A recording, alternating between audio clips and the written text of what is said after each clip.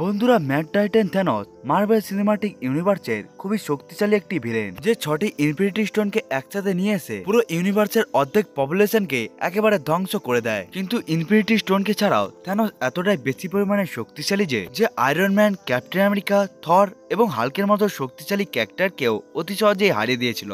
এই জন্য এখানে প্রশ্ন আসবে যে থ্যানস কি এতটা বেশি পরিমাণে শক্তিশালী যে গড দ্য গড বুচারকে হারাতে পারবে? বন্ধুরা, আপনারা যদি এটাকে চিন্তা করে থাকেন তাহলে এই ভিডিওটা আপনাদের জন্যই, কারণ আজকের এই ভিডিওর মধ্যে আমরা ম্যাড টাইটান থ্যানস এবং গড দ্য গড বুচারের মধ্যে একটি ব্যাটেল কম্পারিজন করব এবং জানার চেষ্টা করব এই দুটো পাওয়ারফুল ভিলেনের মধ্যে কোন ভিলেনটি সব থেকে বেশি পরিমাণে শক্তিশালী। বন্ধুরা, আজকের এই ভিডিওটা অনেকটা বেশি পরিমাণে ইন্টারেস্টিং হতে চলেছে, তাই বন্ধুরা ভিডিওটাকে শেষ পর্যন্ত দেখতে ভুলবেন না। বন্ধুরা, ভিডিওটাকে শুরু করার আগে আমি আপনাদেরকে বলে দিই যে আপনারা যদি এই চ্যানেলে নতুন এসে থাকেন তাহলে চ্যানেলটাকে সাবস্ক্রাইব করবেন এবং ভিডিওটা ভালো লাগলে লাইক করতেও ভুলবেন না। বন্ধুরা, এই দুটো ভিলেন ক্যারেক্টারের ব্যাটেল কম্পারিজনকে জানার আগে এই দুটো ক্যারেক্টারের অরিজিন এবং পাওয়ার এবং এবিলিটিকেও জেনে নেওয়া যাক। সব থেকে প্রথমে আসা যাক থ্যানোসের কাছে। Origin and power of Thanos. Thanos আসলে একটি ইটারনাল ডেভিয়েন্স হাইব্রিড, যে সাটার্নের চাঁদ অর্থাৎ টাইটান গয়ের মধ্যে তার জন্ম হয়েছিল। থ্যানস ইনক্রেডিবলি অনেকটাই স্ট্রং একটি ক্যারেক্টার এবং থ্যানসকে পুরো মার্বেল সিনেমাটিক ইউনিভার্সের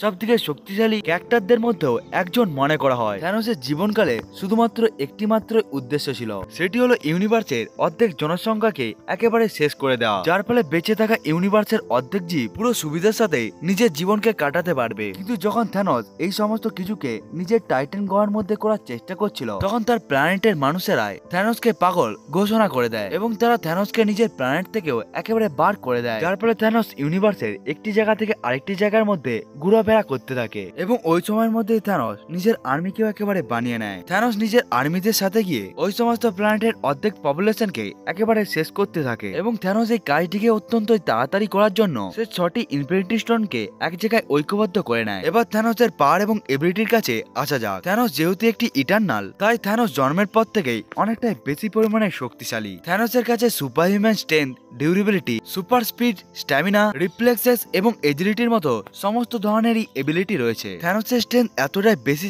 যে নিজের শুধুমাত্র একটি হাতকে ব্যবহার করে সে টেজারেককে একেবারে ধ্বংস করে দিতে পেরেছিল এবং লোকির মতো শক্তিশালী অ্যাসগার্ডিয়ান গডকেও সে তার গোলাকে ধরো একেবারে মেরে দিতে পেরেছিল এবং ব্যাটেল অফ টাইটানের মধ্যে মার্ক 50 থাকা আয়রন ম্যানকেও সে অতি সহজে হারিয়ে দিতে পেরেছিল। এমনকি ক্যাপ্টেন আমেরিকার মতো একটি সুপার সোলজারকেও সে নিজের একটি মাত্র পাঞ্চকে ব্যবহার করে সে একেবারে তাকে নক আউটও করে দিতে পেরেছিল। থ্যানোসের ডিউরেবিলিটিও এতটাই বেশি যে 6টি ইনফিনিটি স্টোন থাকা ইনফিনিটি গনলেটকেও অতি সহজেই সহ্য করে নিতে পারছিল। ইনফিনিটি স্টোনের মধ্যে পাওয়ার স্টোনকে টাচ করা অনেকটাই কঠিন একটি কাজ এবং এখনো পর্যন্ত যেই সমস্ত ক্যারেক্টার গুলো পাওয়ার স্টোনের ডাইরেক্ট কন্ট্যাক্টে এসেছিল তারা প্রায় শেষ হয়ে গিয়েছিল। এমনকি গার্ডিয়ান অফ গ্যালাক্সির মধ্যে স্টার-লর্ড পাওয়ার স্টোনকে ছুঁয়ে নেওয়ার পর এই জন্যই বাঁচতে পেরেছিল, কারণ সে হাফ সিলেস্টিয়াল ছিল। এমনকি থ্যানোসের হিলিং ফ্যাক্টরও এতটাই বেশি পরিমাণে অসাধারণ হয়ে থাকে যে বড় বড় ইনজুরিকেও অতি সহজেই ঠিক করে নিতে পারে। এমনকি অ্যাভেঞ্জার ইনফিনিটি ওয়ার মুভির মধ্যে থ্যানোস থরে স্টর্মব্রেকারের অ্যাটাককেও অতি সহজে সহ্য করে নিয়েছিল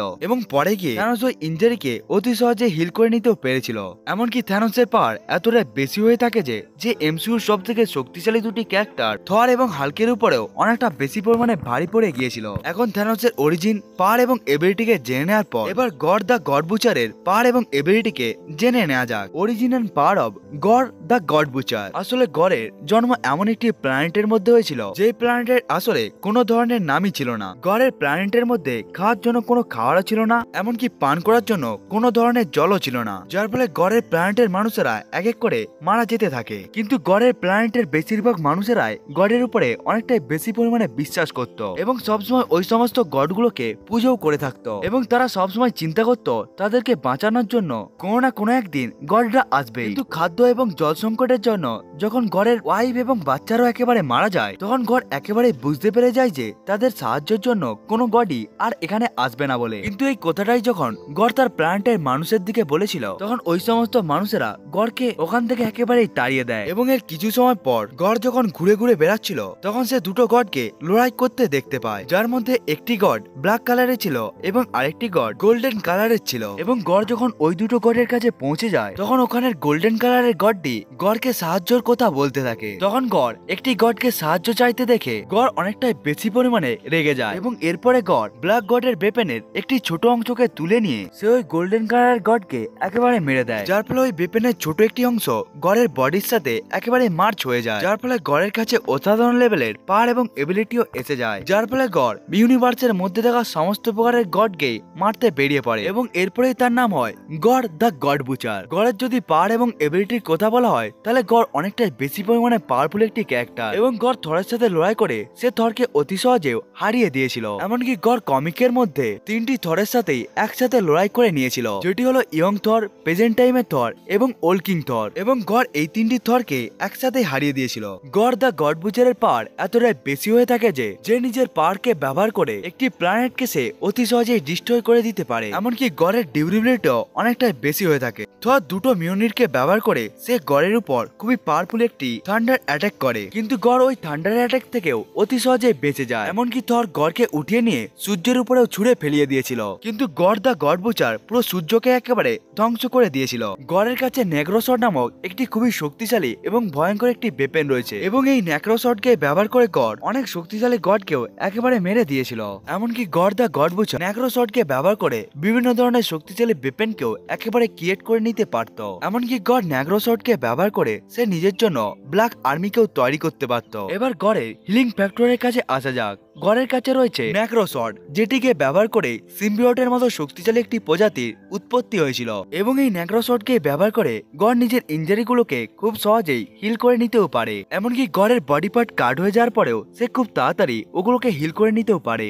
এই জন্য গড়ের কাছে যতক্ষণ পর্যন্ত নেক্রোসডটি থাকবে ততক্ষণ পর্যন্ত গড়কে ইনজার্ট করা অনেকটা একটি মুশকিল কাজ হবে, অর্থাৎ গড়কে ইনজার্ট করা প্রায় একটি ইম্পসিবল কাজ। এখন এই দুটো পাওয়ারফুল ক্যারেক্টারের অরিজিন এবং পাওয়ার এবং এবিলিটিকে জেনে নেওয়ার পর চলুন এবার এই দুটো ক্যারেক্টারের ব্যাটেল কম্পারিজনকে জেনে নেওয়া যাক। ম্যাড টাইটান থ্যানোস এবং গড দ্য গড বুচার মার্ভেলের সব থেকে শক্তিশালী ভিলেনদের মধ্যেও একজন, কিন্তু যখন কথা এই দুটো ক্যারেক্টারদের মধ্যে একজনের হয়ে থাকে তখন কোনো সন্দেহ ছাড়াই থ্যানোসের থেকে অনেকটাই বেশি পরিমাণে পাওয়ারফুল হলো গড দ্য গড বুচার। এবং এটাকে বোঝা অতটাও মুশকিল কাজ নয়, কারণ কমিকের মধ্যে থ্যানোস ওডিনের সাথে লড়াই করেছিল, কিন্তু একটি ভালো টক্কর দেওয়ার পরেও থ্যানোস ওই লড়াইকে একেবারেই অতি সহজেই হেরে যায়। এমনকি মার্ভেল সিনেমাটিক ইউনিভার্সের মধ্যেও থ্যানোস ততক্ষণ পর্যন্ত পৃথিবীর মধ্যে ইনফিনিটি স্টোন আনতে আসেনি যতক্ষণ পর্যন্ত ওডিন একেবারে বেঁচে ছিল।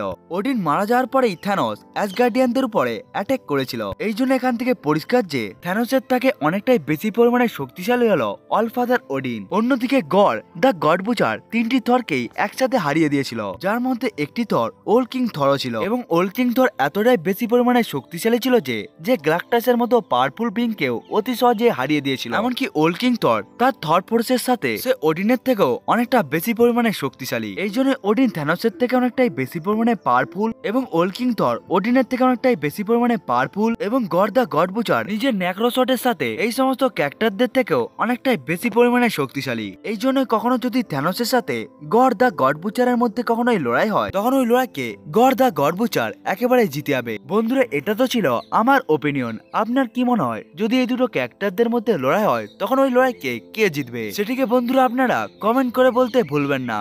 বন্ধুরা, আজকের এই ভিডিওটা এতটা পর্যন্তই। দেখা হচ্ছে অন্য একটি ভিডিওতে, ততক্ষণের জন্য বাই বাই।